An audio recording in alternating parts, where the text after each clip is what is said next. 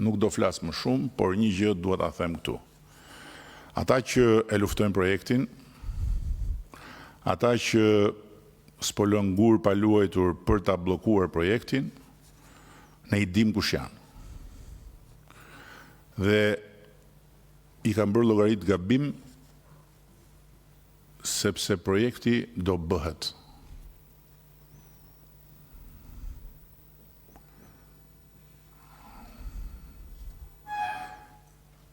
Unë nuk kam plan B vetëm për Bashkimin Evropian.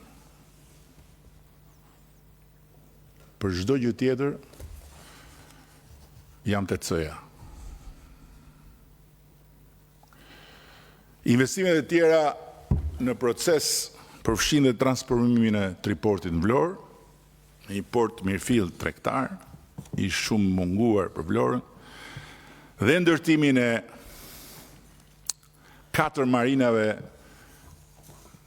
turistike në Durrës, Vlorë, Sarandë dhe Shëngjin. Nuk do flas për marinën e Sarandës, se po më shikon Ulsiu, dhe s'dua të krijoj konfuzion këtu për raportet shumë të kthjellta që kemi me drejtësinë. Ndërkohë që marina e Durrësit dhe e Vlorës janë në proces ndërtimi, në Shëngjin kemi filluar një proces me kryetarin e bashkisë dhe me një super ofertë të një subjekti shumë të njohur në Europë. Për Sarandën, pyesni Ulsion më shumë. Për sa i përket energjisë, sot kemi përqindjen më të ulët të humbjes në rrjet, që hyn tani më në sferën e humbjes teknike, ndërkohë që e patëm nisur atëherë me 50% thuajse humbje në rrjet. Janë zhvilluar 5 ankande ndërkombëtare që kanë krijuar mundësinë për 640 MW kapacitete fotovoltaike dhe 222 MW kapacitete eolike, duke arritur disa nga çmimet më konkurruese në Europë për energjinë e rinovueshme. Karavastaja 140 MW është sot në operim. Spitalla 100 MW është në ndërtim. Parku eolik në Kavaj 75 MW, Akërnia 100 MW dhe rreth 300 MW të tjera janë në proces të marrjes së lejes së ndërtimit. Është diversifikuar dhe rritur prodhimi i energjisë, ku 600 MW kapacitete të reja janë shtuar dhe priten edhe rreth 1000 MW deri në përfundim të vitit 2027. Nga vdekja e Enver Hoxhës deri në largimin nga pushteti të sekretarit të partisë tij në 2013 Shqipërisë nuk i është rritur asnjë megavat kapacitet prodhimi. Asnjë megavat kapacitet prodhimi. Po ka ndodhur e para shkatrimi total i sistemit të shpërndarjes. E dyta, privatizimi kriminal i 4 hidrocentraleve të ndërtuara funksionale, Shkopeti, Ulza, Bistrica 1, Bistrica 2, si kthim të vëshëje. Do më në qoftë se duan korrupsion dhe duan të luftojnë korrupsionin,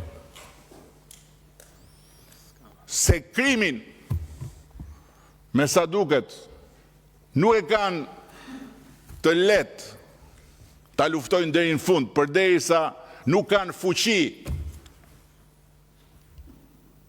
të ngrenë akuzë për 21 janarin, le të shkojnë dhe të marrin dosjen e këtyre 4 veprave të ndërtuara nga populli dhe që i takonin vetëm popullit. Dhe ju dhanë një kompanie që nuk i kthej të vëshëja, i llogaritën të vëshën, thanë të vëshën si ja u kthejmë, po merrni këto hidrocentralet. Dhe këta janë sot ata që vinë vërdall si qenë të pazarit, me flak në përduar, dhe me llapën jashtë. Sot energjia e rinovueshme përbën 44% të miksit total të energjisë në vend. Politikat e vetë prodhimit kanë nxitur rreth 400 megawatt kapacitete fotovoltaike për bizneset dhe familjet në vetëm 3 vite. Është përmbyllur dhe reforma për liberalizimin e tregut të energjisë dhe ndarjen e funksionit prodhimit, transmetimit dhe shpërndarjes sipas standardeve të Bashkimit Evropian. Të gjitha këto kanë ndodhur në këto vite. Në drejtimin e atij njeriu që ka mbuluar ato 2 sektorë. Është deregulluar pjesërisht tregu i furnizimit me energji, ku klientët me tension të mesëm dhe të lartë operojnë në tregun e lirë. Shqipëria ka përballuar krizën globale të energjisë pa e rritur çmimin. Për konsumatorët familjarë, dhe këtë nuk e them unë më, e thot OECD-ja. Në vlerësimet OECD-s shënohet se Shqipëria është një vend në Europë që përballoi krizën pa rritur çmimin e energjisë. Për herë të parë dhe i vetmi vend në Europë, Shqipëria uli çmimin e energjisë për familjarët me 10%. Gjeni një vend tjetër ku është ulur çmimi i energjisë dhe kur mund të diskutohet ulja e çmimit të energjisë. Programet për eficiencën energjetike kanë mbështetur 4.000 familje deri tani dhe do vazhdojnë të mbështesin tjera. Është krijuar bursa shqiptare e energjisë elektrike nga operatorët e Shqipërisë dhe të Kosovës, ku volumet sot krahasuar me ditën e krijimit 2024 janë rritur me thuajse 50%.